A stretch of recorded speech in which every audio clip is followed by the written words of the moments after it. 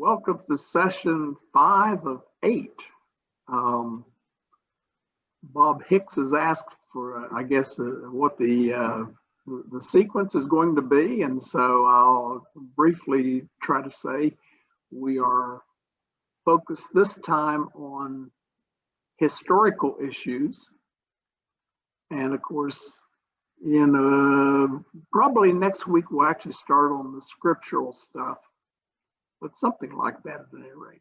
So it's pretty much, but what I wanted to do was to do a serious kind of science review to get this started. Simply, I learned over the years that often with the reading, some things didn't make sense until I kind of read along and read other things. And then as I would gather them together, then okay, now I see why it fits the way it does. So let me make sure we're kind of together. So we're talking about a piece of cloth used in the typical burial system of the Hebrews in the 1st century. We had said we're going to look at methods of how to decide about the facts that are on it, specifically the science method, the evidential method, and eventually the quadrilateral method. And we have finished the scientific method, except I'm going to hit a little bit of a review here. We said as of 2016, there's nothing currently showing, as far as I'm concerned, to say that it's not authentic. It's either probably authentic or authentic based upon the item you're talking about, now that we have some cloth dating methods. Reviewing quickly, what is it we're talking about? It's an image on an extremely light piece of fabric, but it's so faint it's hard to see. And in fact, that was one of the earliest reasons people thought you probably couldn't fake it by painting. You had to be 6 feet away from it to even see it. The cloth seems awfully young. It's kind of like a light tan t-shirt, if you will. Was rolled up in a casket for years. First a golden casket, and then more recently a silver one, and now it's being stored in a flat manner since the year 2002. It's not out of its casket, or it's not on display very much. Typically 3 times in a century, although in this recent few years, it's been seen a whole lot more. I've not seen anything to suggest the next time it will be showing. We said it's a 3-in-1 herringbone weave, and that's an extremely expensive one.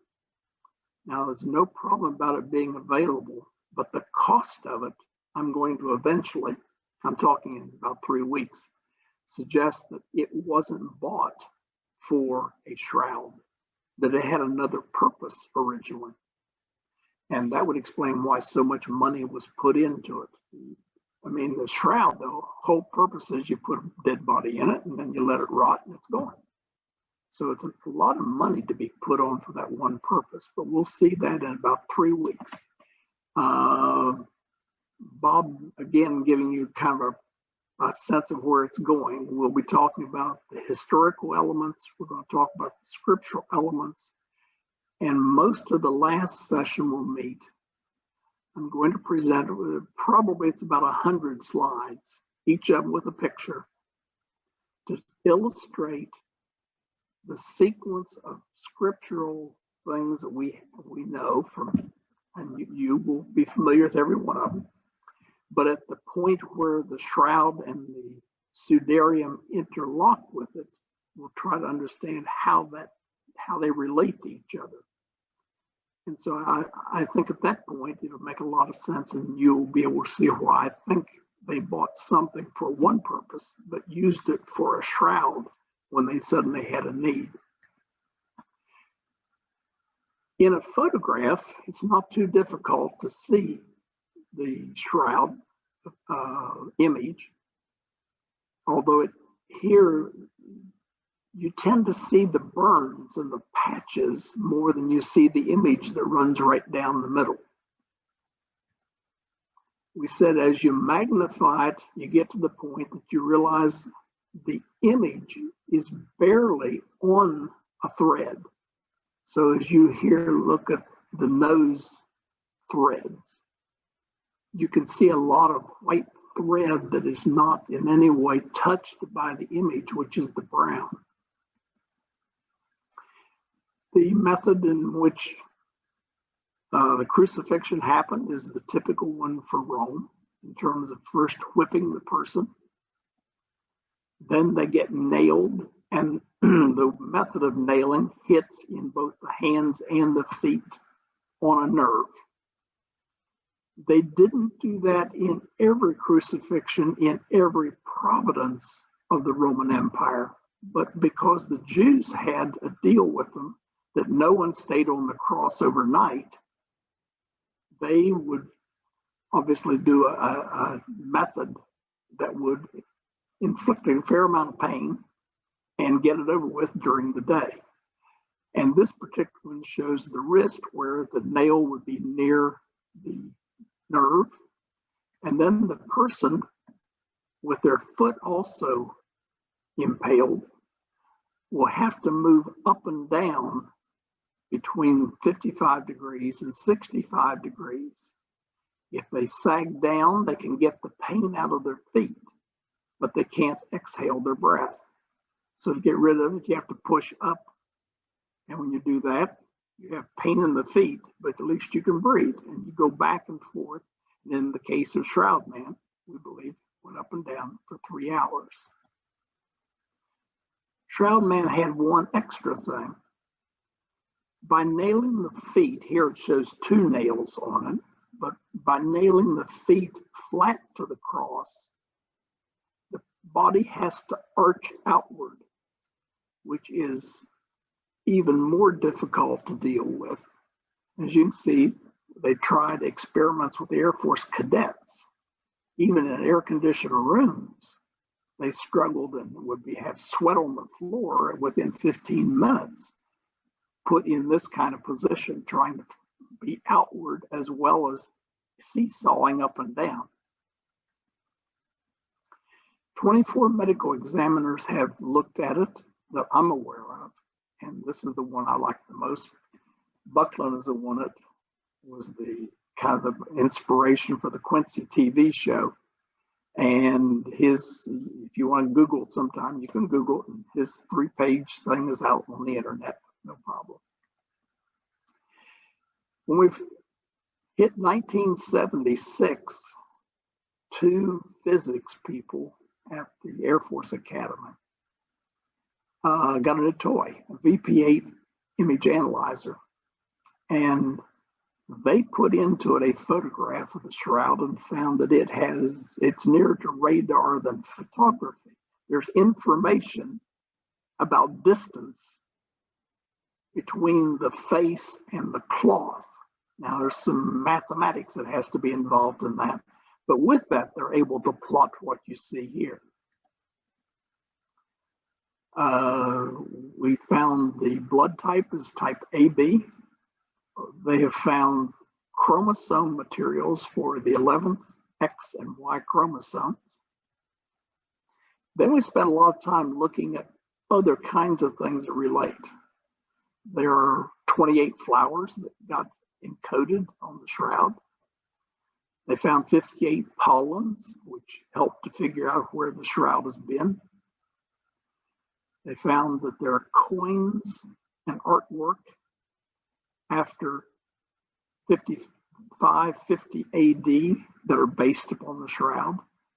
We found that the wood on the shroud is the oak, which is the most typical in Palestine.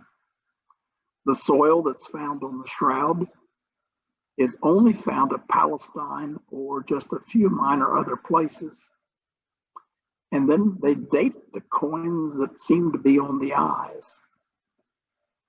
Now, Duke University, you haven't seen the next 3 slides. Duke University had a series of animations where they tried to do comparisons. These are no longer available online, but I happened to download them, so I'll show you a couple here. They're trying to show the relationship between artwork and the shroud. In this one, they're trying to compare between x-rays of the hand And what you're seeing down below, they're seeing two sets of bones. And even the wrist, if you can see something that seems to stick up at the wrist, that would be where the blood was encoded. And then one of them, they did it between the flower image and drawings of what they were thinking it would look like if you understood that particular flower. So there's a variety of things over the years. I have about 100 slides that I'm not showing you. If you wondered if you're seeing them all, no way I can do all that. But these are the kinds of things that have been done by scientists trying to figure out what is this thing that we're looking at. One of the critical things that they've looked at is how much time is there between the person dying and then having to be in the shroud. And it's being said 2.5 hours. But the critical thing and the impossible thing that's blinking at the bottom is somehow you are going to have to take the body away from the shroud cloth without breaking the blood clots. It's considered to be impossible. And that puts us in some interesting realms to say that. Of course, 2015, the book came out by the two Italians that worked up 3 different thread strength dating methods. And all of them suggest, yes, the cloth could be old enough to be the shroud of Jesus. We talked about the hypotheses. Science is supposed to be open to the possibility of course, anything. And as you reject the hypotheses, hopefully you're finally narrowing it down to what actually caused this phenomenon that you're studying. And over the years, in each of these 10, there have been books and books and books written trying to say this is how they got there. But in time, we've rejected all 10 of them as being unable to completely explain what we see on the shroud. And at this point, trying to have some kind of a complete hypothesis seems to be on the verge of saying a miracle was getting close. And of course, science is approaching this thing on the basis of the condition of not being a miracle. So we're kind of struggling right at this point. 20 years ago, the best guess to the encoding included the word dematerialized. And the best way I can think of it is this picture, thinking back to Star Trek and Beam Me Up, Scotty, where you literally somehow dissolve the body and remove it from wherever it was. Of course, this is a tough one to approach it from this point of view. Mark Guskin led the study of the Sudarium, and I raised that as a replication where you're trying to verify, and one way to do it is there something else that you can use to verify the shroud and what it is? And the Sudarium has had its own research experiments, 6,000 of them.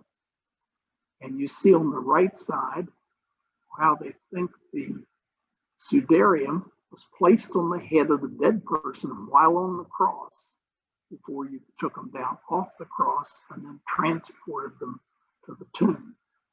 Some parts are multi-layered, probably pinned through the hair at that point. There's an area that the cheek was touching the shoulder, so there doesn't seem to be any cloth touching at that point. And we looked at some comparisons of that last time too. I had some fun with this one, as you may recall. This was trying to see would all the pieces somehow fit. And what I did was to show you Joseph of Arimathea, JOA, had to be active at the time of the death, and Joseph Arimathea and Nicodemus had to be active at the tomb based upon our scriptures. And our scriptures say he died at 3 o'clock, And of course, the temple demanded at 5:30 all work would cease. And of course, one of the questions of that, does that fit the 2.5-hour time limit? Yes, we're good on that. You see the various things that would have to happen to the body. And you see 3 red arrows to the right, which have to do with how the lungs and nose put out fluid onto the sudarium and the time intervals. And all that has to fit. It also fits with the idea of the time that there was earthquake, darkness over the entire Mediterranean area, the time when they say that the curtain in the temple split from top to bottom. These various things seem to all fit and work together. So coming up to around 2005, the newer group of researchers, which are the Shroud Study Group, are pretty much coming to the corona discharge as being the method that's going to have to be used somehow for a partial hypothesis, that it will account for some, at least, of what we see. And the statement I find most intriguing, the corona discharge may be caused by various more or less scientifically identified sources, such as ball lightning, earthquakes, radioactive environments, such as radon. But perhaps the truth lies beyond science. Some consider that imaging on the Turin shroud by corona discharge may be a byproduct of the resurrection. And this may be why the image cannot be reproduced scientifically. So I raise the question with you, which would you think more likely, that the shroud is genuine but by a miracle in 29 AD, or that it's a perfect fake made in a year by someone who doesn't have the knowledge of the tools, which is what basically a lot of the early hypotheses involved. And I told you for 2 reasons I'm going with a miracle. One is Occam's razor, the concept that the simplest explanation is pretty likely to be the explanation if you have a choice. But really, the strong one for me is, except for Shroud Man's body, more and more it seems like the findings are mostly knowledgeable, except for the body. And I tried to show you a couple slides of the 2 Italian men who've been working on this, where they took a mannequin, as you see, which is only half-size scale. They subjected it to 300,000 volts in the laboratory, got a corona discharge on it, and they got what you see at the bottom within a couple centimeters onto cloth. Not bad. And this may well be the kind of thing that is the future of what the science is going to be able to do. Malfi made the comment that, Fonte made the comment that the limits of 300,000 was really struggling for them because they didn't know whether they could get up high enough to accomplish much more than the 300,000 volts, but we'll see whether they get there or not. In 2002, the Roman Catholic Church, which owns the shroud, did conservation work. There's been concern for several years that the background of the shroud is slowly but surely getting darker, such that it in time, assuming that to be true, that in time the image would no longer be seeable. They would be both the same amount of brown. So in 2002, they took it into they took all the patches off. They put a new cloth on the back. They're now storing it flat, but the important thing that they were trying to get to was to stick it in argon to try to stop the degradation of the image. We also found when they did it, they had two different groups of people look at set up a complete new set of photographs. And when they did, they found that under certain conditions that the scientists can do, there's an image that's faint on certain parts of the face and head that puts it on the back of that fiber as well as on the front of the fiber. And as I ended last time talking about this, I said I'd read one place, someone thought the corona discharge would be able to explain how you could get an image on the back of a thread with nothing in between. I've seen only one place. I can't do much beyond that. So that's the strong background, reviewed one more time. So we're going to move from the scientific method to the evidential method. And as we do so, we're going into a new realm. This is trying to establish adequate evidence without science.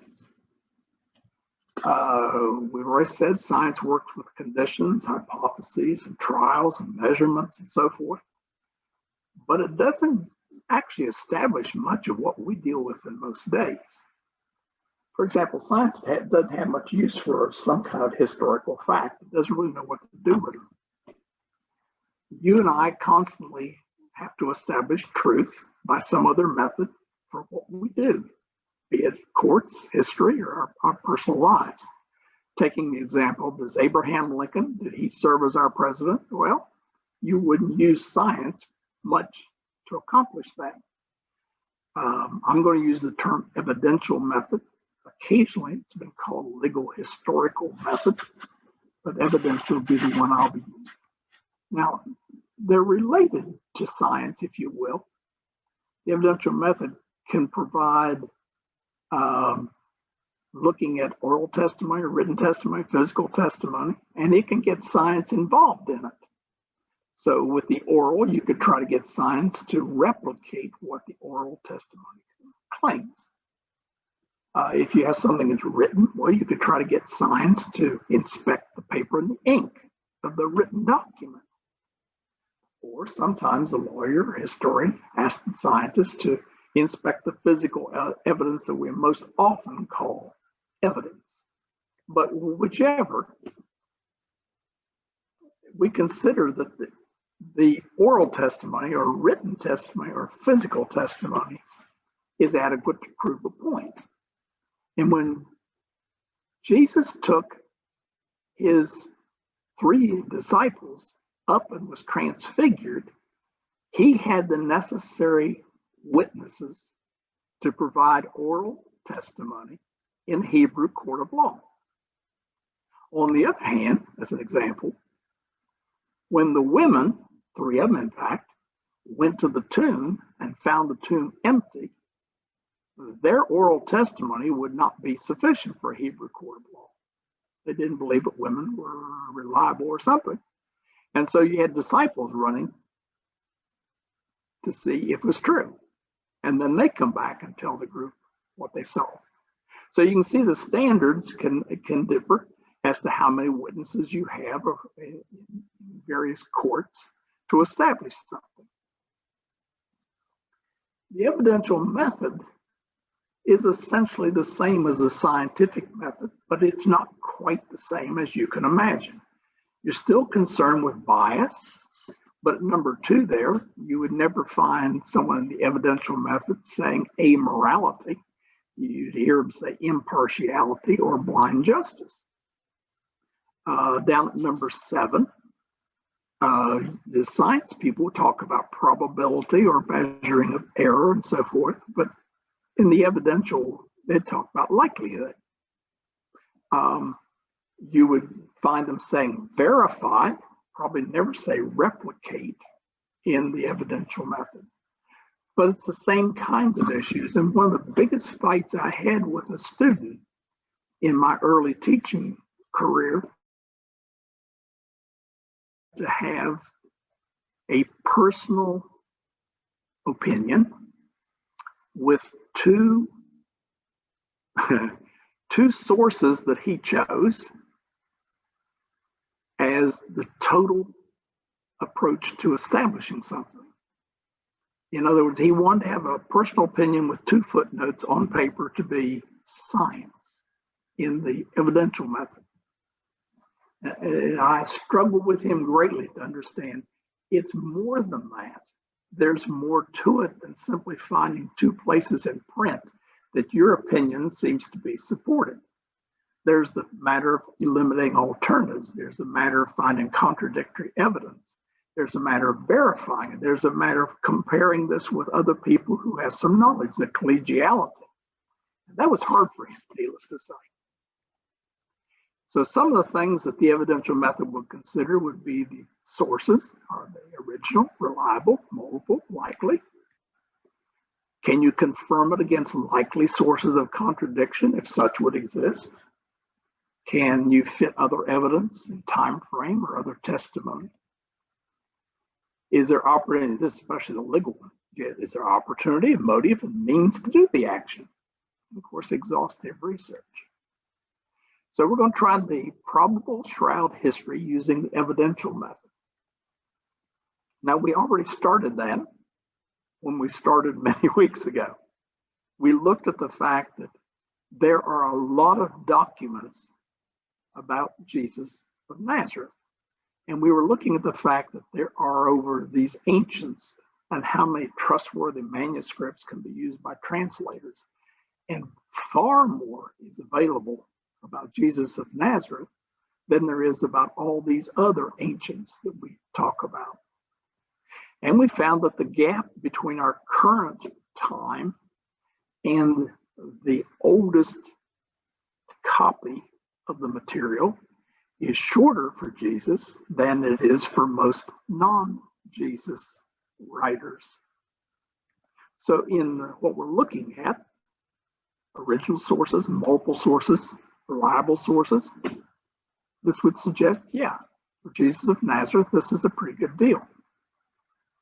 There's a book, I assume you can see this. That's all you get though, because I can't do this over the internet. That has references to Jesus in the Jewish Mishnah. And in this, there's one as an example. It has been taught on the eve of Passover, they hanged Yeshua because he practiced sorcery and enticed and led Israel astray. Now you can say that's not a lot of information. Well, yes and no. Imagine if that's said on late fall of the year rather than Passover. They banished rather than they hanged. Sam Bob rather than Yeshua because he practiced rebellion and led Palestine away. See, there are a lot of things here that have been said that do fit with, and this is what you're trying to do. If you are looking at sources where a different opinion would be present if it is going to be contradictory, then this is actually very, very useful. The same is true of this one. Josephus was a Jewish historian who had the luxury of doing all he wanted as a historian. It's nice to have people taking care of you so you can spend all your time on your task. And he wrote many, many books of history. But you can see here, we talk about the feats, the teacher, the indictment, who sentenced him. They didn't give up on being attached to him. Christians. So you can see all these items are, yeah, that seems to fit with what we're expecting from a source that if this weren't true, would probably have said something different or left him out completely. And you see at the bottom left, it says reconstructed text. And the reason is because Christians along the way got the text and added some words into it. So this is with those words backed out of it to get back to the original thing that Josephus said. But again, likely sources fit with other evidence, both time frame and other testimony, and exhaustive. This is on the burial practices. The Romans cremated cremated their dead, the Egyptians disemboweled and pickled their dead, and the Hebrews used a shroud. And normally with crucifixions, the victims were left to be devoured by birds, or they tossed them on garbage heaps. And the practice of allowing a burial basically started in 6 AD, and as we're going to see, it ends in 66 AD. And in deference to the Hebrews, the Roman rulers permitted the Hebrew families to bury victims, but we only know of 3. And non-Jews placed coins in the mouth, Jews placed coins on the eyes. So you're starting to see here a much loved Jew condemned as a criminal near the time of Jesus. It's about the only thing that's going to fit with the shroud the way we see it. So again, does it fit with other evidence? The time frame, the opportunity, the motive? These are the kinds of things that the evidential method is trying to get at. Well, 1978, oddly enough, the year that I started my reading, not with this book, but I started with the one on the medical side, Ian Wilson established enough history that it seemed like the shroud might be authentic. And that's what caught the attention of the 2 professors at the Air Force Academy, Dr. Jackson and Dr. Jumper. And for this, I'm going to have 2 panels, and we're going to work our way down the left side and then come down the right side. And we're going to see the name of this object is going to change over time. It seemed to have started as the image of Edessa, become the Mandylion, part of the time overlapping with image of Edessa. There comes a point where we're going to call it just the head for lack of anything else. Then there'll be the Leary Shroud, and then finally into the time we know it, Shroud of Turin. So we'll start out 29 AD. What are some of the kinds of things we could point on and add to our panels as facts to consider? And the first one, I had the word science with question marks. It appears that 29 AD will work, but the issue relates to the 2 coins. These are supposed to have been on the eyes of the shroud man. I told you that while at one time I would present this without question marks, once they redid the shroud, things don't line up quite the same way when they do the photographs. And so the question is, how do you interpret it if you can't replicate it anymore? The reason that's important is I can make this statement if 29 is good and the coins still hold. On Friday, March 16th of 29 AD, between 3 and 4 p.m., someone gathered 28 flowers, which were placed in the shroud in Jerusalem by 5:30 p.m. Between 3 p.m. Saturday, March 17th, and 4 o'clock a.m. Sunday, March 18th, the shroud was encoded with the image of a crucified man, his blood clots with coins, and the wilting flowers around it. That calculation was done by a Hebrew seminary for me. I have to put a question mark on it today because I can't replicate it. We don't see it quite the same way now that they've stretched the fabric. So we'll leave it as a possibility and move on. If you were to look up Holy Saturday, it would tell you that in early times there were no special services. Apparently, they're not aware that there is a ritual for Easter Saturday. It says Peter ran to the tomb with John and saw the recent imprints of the dead and risen one. What isn't yet known is when was that known as a ritual? When was that first known?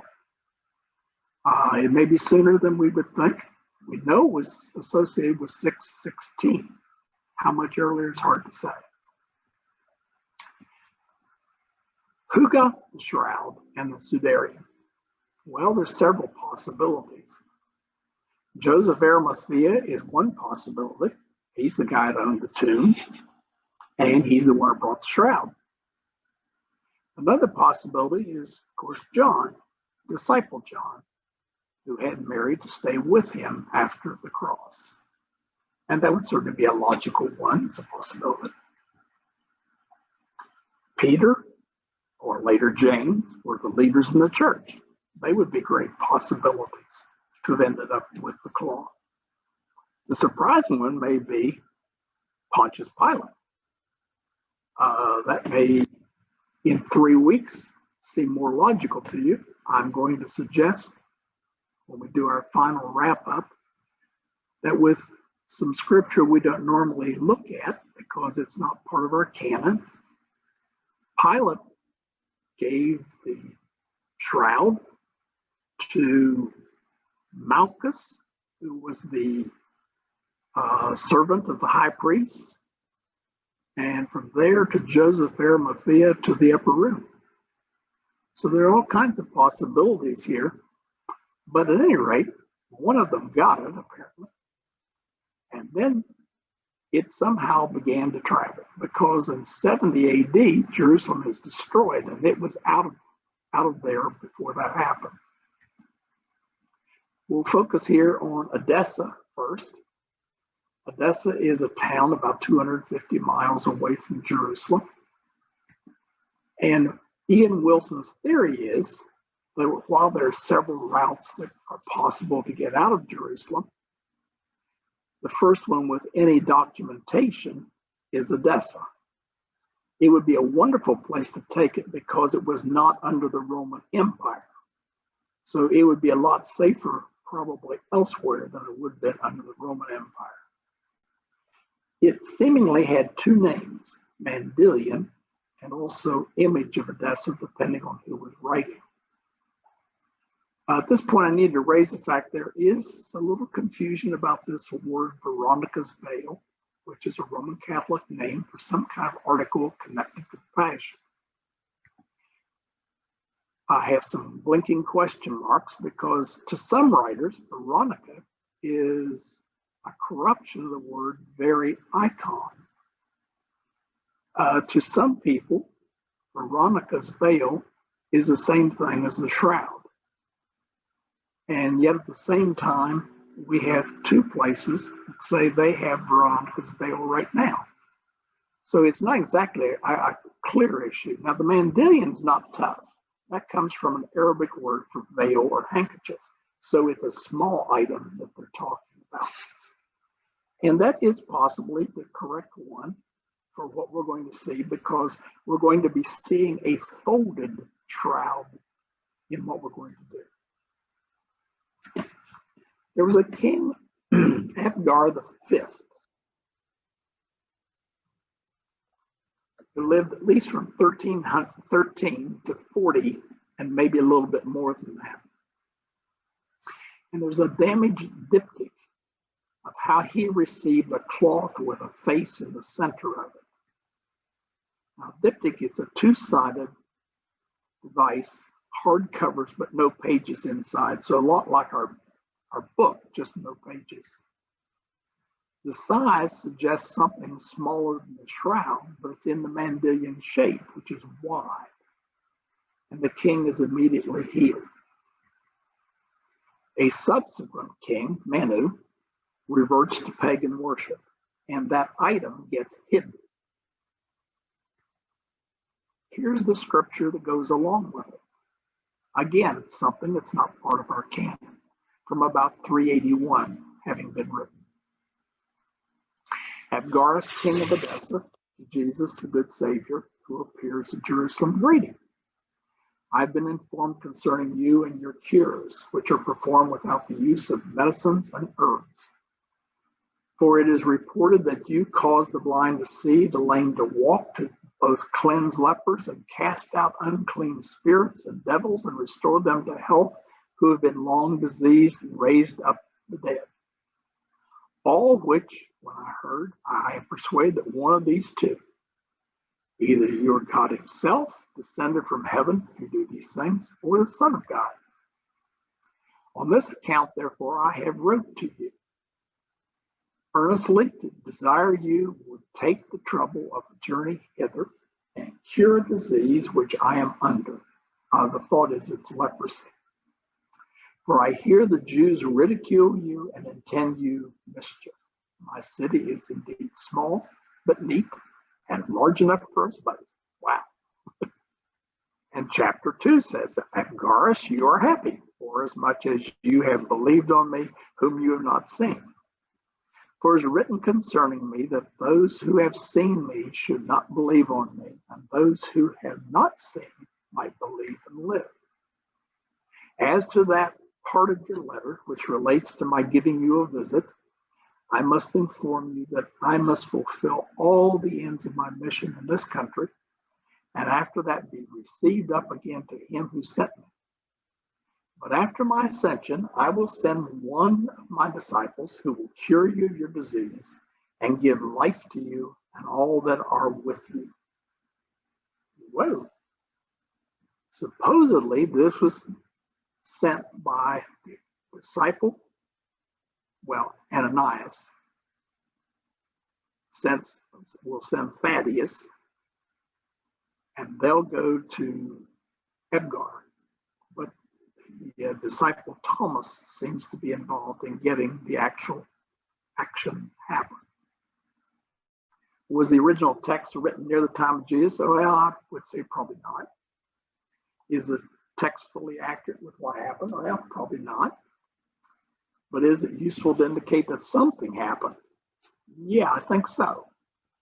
We know in the 6th and 7th century, they had things called model rolls. And it tells the story about Abgar and his healing. These things are only 2.5 inches wide, but they're 11 feet long. They have text and they have pictures. And they were handed down to their descendants legally. This particular picture is one from Abgar being his messenger showing Jesus' face to someone on the street. Ananias is the heart of this one, but there are others that have Thaddeus with Abgar. Of course, Thaddeus is the one who went along and actually delivered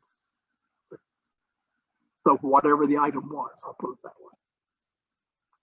Here's a painting from the 19th century trying to show how they thought it would play down, in which Thaddeus, or Adelaide, depending on how you say his name, presents it to Abgar V, and he's cured. The Council of Nicaea in 787 speaks of the image of Edessa, not made by human hands, a phrase that's going to appear many, many times. And it belonged to Christ, but it was sent to King Abgar. Here's the map of Edessa. And on the left side, you have a red circle in which where the Mandylion was hidden up over the gate we're going to see. And then in the green circle, you have a burial place for both King Abgar and that evangelist, either Adelaide or Thaddeus, whichever way you want to say it. And then down the blue circle, you have the place where the Mandylion was located for many, many years after it was found. After Manu died, a later Abgar VIII, became Christian again. And you can see a coin with the cross on his helmet. There's this image that comes from that time, although I haven't been able to find the exact date of it. All right, let's focus on the Mandylion and see how all this kind of ties together. The Mandylion, Wilson says that the shroud was folded and displayed only as a face until Constantinople took it. That doesn't mean they didn't know what was in it. Most people wouldn't, however. The shroud, if you were to fold it enough times, you see the lower left, where they called it doubling in 4. That's the way it came out as a Mandylion. Apparently, part of its time, it was folded even further, and that's when it was in the jar and got moisture, where we see the moisture on certain places on the shroud. We've later realized that the pollen of Edessa are almost totally at the face, so the rest of it had to be covered at that point. We have the historian, Wilson, making a hypothesis for physical testimony. And he asked the Shroud people in 1978, when they were going to do their work, to see if this makes sense. And they found the fold lines exactly where he said they would have to be to fold as he is proposing. He's saying also the trellis would explain the basis of the halo that we know around Jesus' face all the time. So here the historian is helping art historians in a cross-disciplinary issue. The hidden body would explain the difference between the brightness of the face and the rest of the body currently. So the historian is proposing a scientist's explanation that the scientists then replicate. And of course, the Mandylion is an odd picture format to us, but the anthropologists would say that is virtually universal around cultures, that whenever you present only the face, anything surrounding is more vertical than horizontal. Now, going back to a previous slide, you can see blinking at the bottom, some lines coming out from the head. And the question is this telling us that at one time there was painted on this diptych some paint that would be the halo that we know in our usual art, and that all this has come out of the Mandylion shape? Where would the trellis come from that is on the shroud at this point? Well, the statue of the Parthian king in the 2nd century might give us a clue. This would be the way in which the trellis was then going to be put around the Mandylion, so most people wouldn't realize what it was. Parthia was located in modern-day Iran and Afghanistan, and it was a rival to the Roman Empire. And it was not the only thing that's been found, meaning the Mandylion, that has this pattern to it. Why only the face? Well, prior to 300 AD, the cross was not the primary Christian faith symbol. It was a reminder of horror to Christians and others. And if you want to kind of appreciate it, imagine if you'd like to have a silver-plated, electric chair hanging around your neck routinely. That's probably not something we'd be really comfortable with, but we've gotten comfortable with a silver-plated cross. Somehow that seems reasonable, but the other probably are not ready for it. The symbols of the early Christian were fish and Alpha and Omega and Cairo and the iris flower and things like that. It was only after crucifixion that they'd gotten rid of by Constantine that Christians came around the idea that somehow the cross could be used as a symbol and would be acceptable. Now, I'll take a side light here just for fun.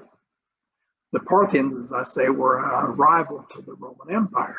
And I have these pictures to show you that the Romans were really good with their shields. And as you can see, they could even make multi-levels by standing on each other's shields and stuff like that in order to make up their defenses. And as you can imagine on the top right picture, you can see that would be pretty rough to deal with if you were trying to use a bow and arrow and get them. Well, the Parthians came up with a solution. The Parthians would line up just like normal, and then they appeared to be being routed, and they were afraid, and they were running. And so as they turned and ran, the Romans would open their shields to chase them, and then the Parthians would instantly turn back and shoot a load of arrows, as many as they could at that moment. And it was called the Parthian shot. Now, you might find it fun. That's come into our language as the parting shot. The thing you say as you are leaving a room and you sling it back over your shoulder at someone and they don't have a chance to reply to it. That's one of the interesting things I bump into. How's that? Well, in 1199, there was a painting of a Mandylion. You can see there the trellis pattern on it. An account of 945 talks about the Mandylion in its golden casket and copies being sent to churches all over the world. You can see the trellis pattern on a painting of 1164. Okay, let's go focus on Edessa again. We're going to find that image that we're talking about, and then we're going to see the art and how that relates to it. Up to 550 AD, the artwork about Jesus shows him as young, shaven. He's quite different than where you and I are used to seeing him. But something is going to happen in 550 that's going to change all of the artwork permanently. In 544 in Edessa, there's this drawing about people finding an item not made with human hands above the city gate. Ah, I see. It actually was apparently not only the shroud, Mandylion, whichever form it was in, but there's also a lamp up there with it, and it was sealed. But it actually had been found a few years before by the Monophysites. Now, to get some theology here, from about 33 to 700, there's some battles about theology. And we even had a council of Ephesus in 431 regarding the Nestorianism and the Monophysites. The Nestorians thought that there were two separate persons in the incarnate Christ. One was divine and one was human. That was opposed to the Orthodox doctrine that the incarnate Christ was a single person at once, both God and human. Now, you and I might not fight over this, but people back then fought a lot over their theological points.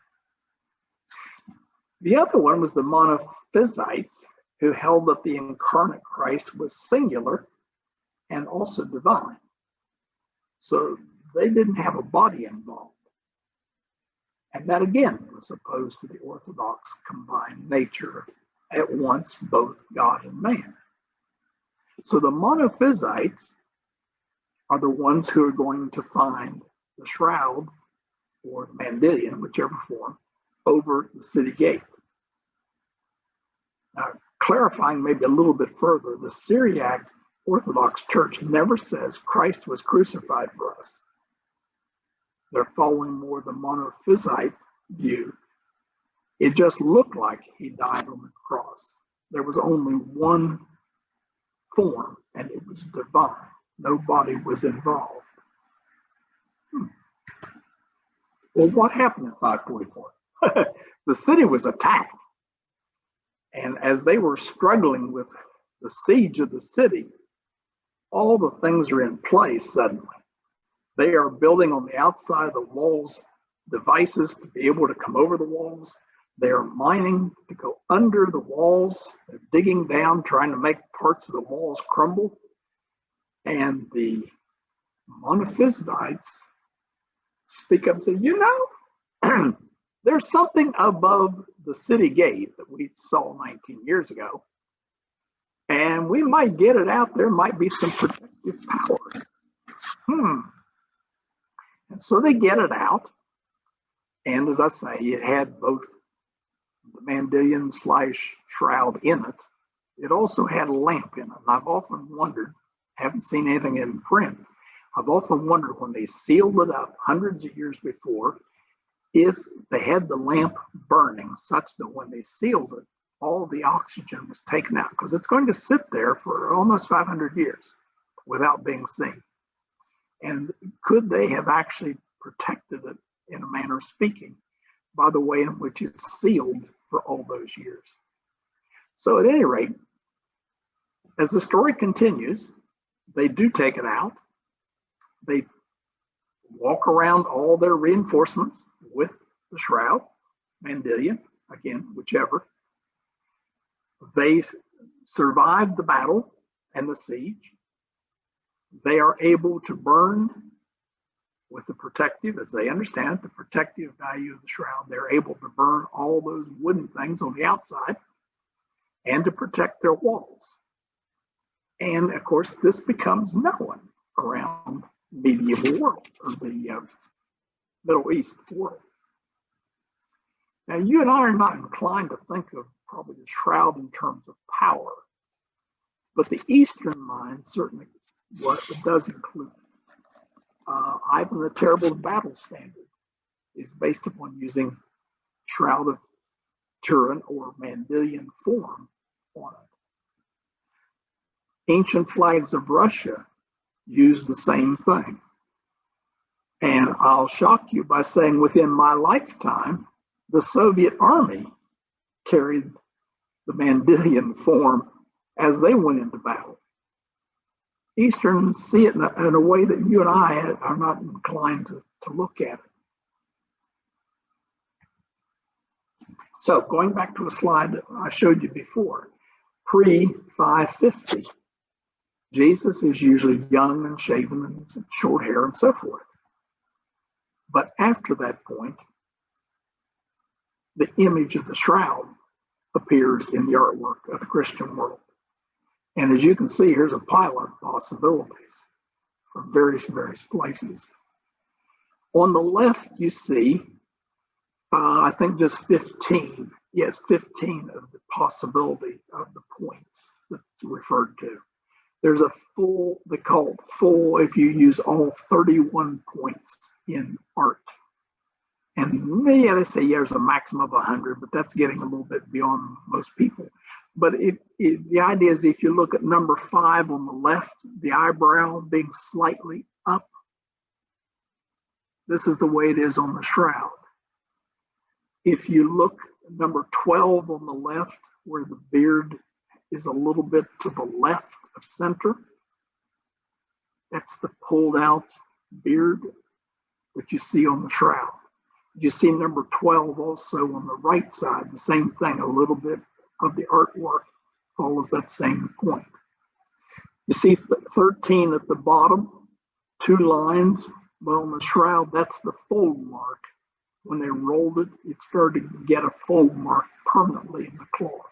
And you can see over on the right side, again, 13 is used kind of at the point of the garment. Here's from the 1100 dome. You can see the painting of how they, and again on the left, you can see how the beard is not full in the center. It's shifted off a little bit. You can see the 2 wisps of hair turned to the left up at the top. You can see that U shape at the nose. I pointed that out to you many weeks ago, but you probably don't remember it, but it's on the shroud also. Of course, being done in 1100, the owlish eyes are what they thought they were seeing. It was not until 1898 that we realized the eyes were closed on the shroud when they took the photographs. But as a contrast, in a 1200 dome, you can see there the owlish eyes are not used, but again, in most of the other features are all present.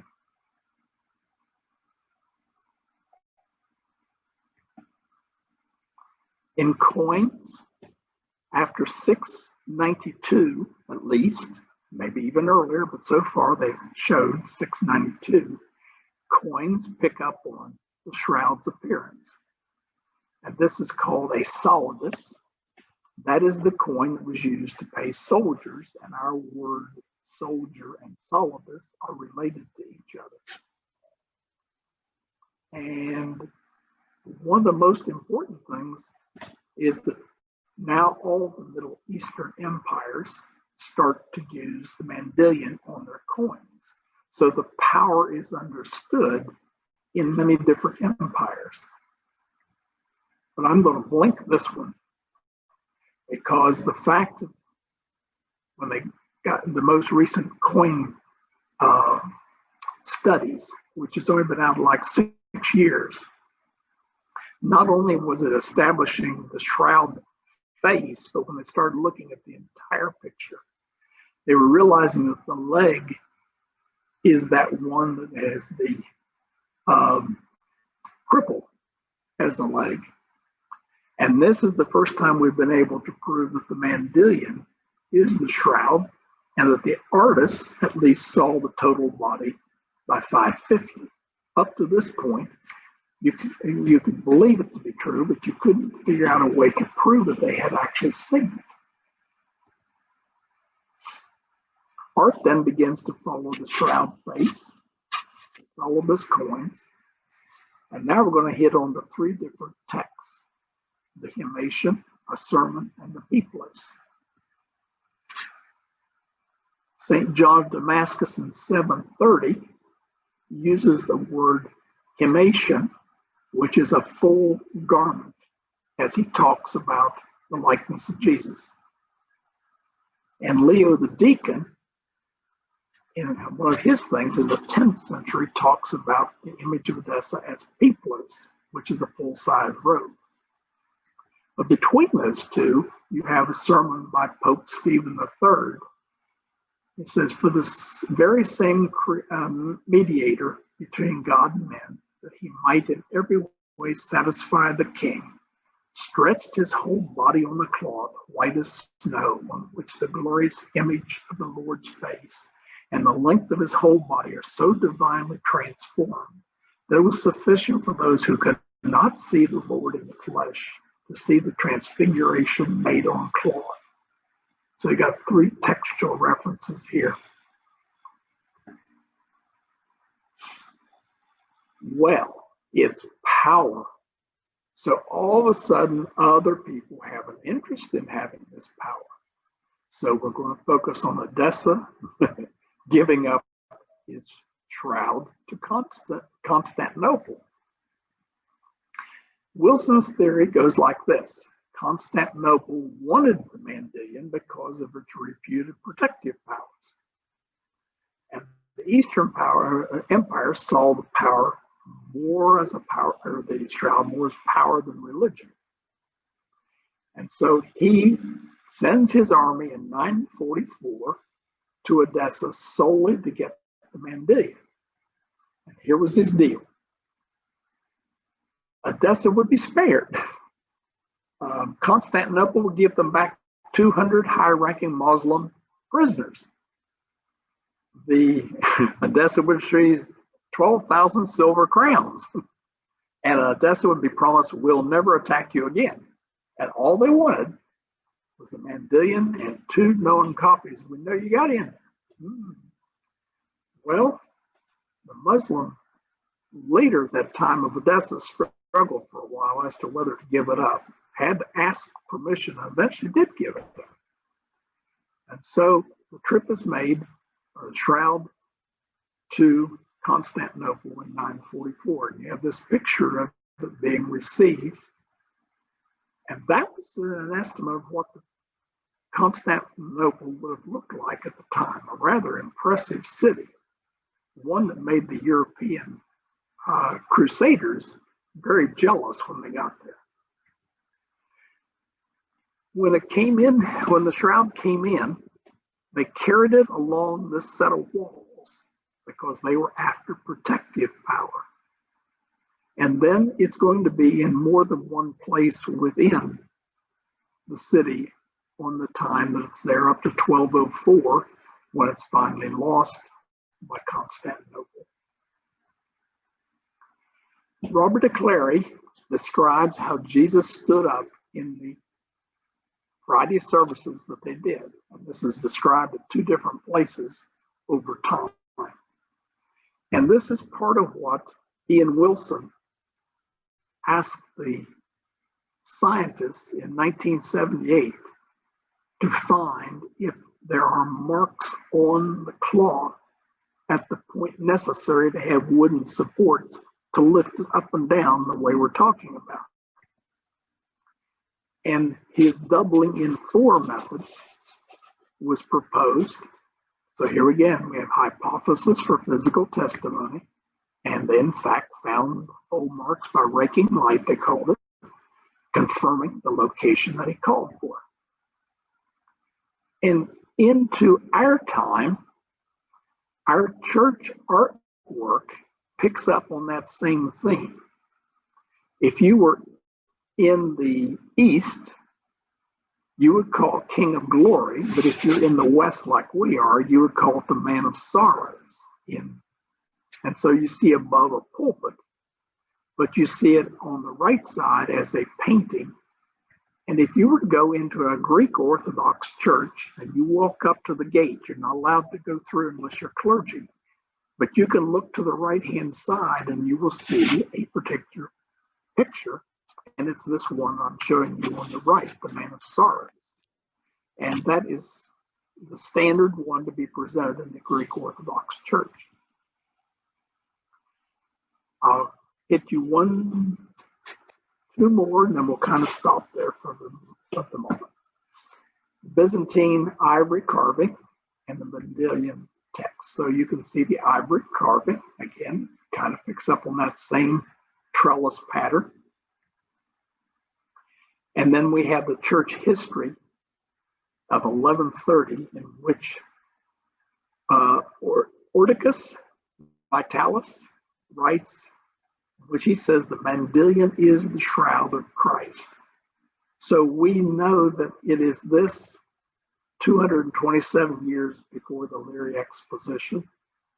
It's also prior to the time that the shroud has been dated by his carbon dating. So that's a pretty good way to wrap it for the evening. We'll pick it up at this point and finish a little bit more of the history. And then we'll work our way toward the scriptural stuff. And then after that, I told you I was going to try to do a great summary of bringing all the pieces together in the very last session.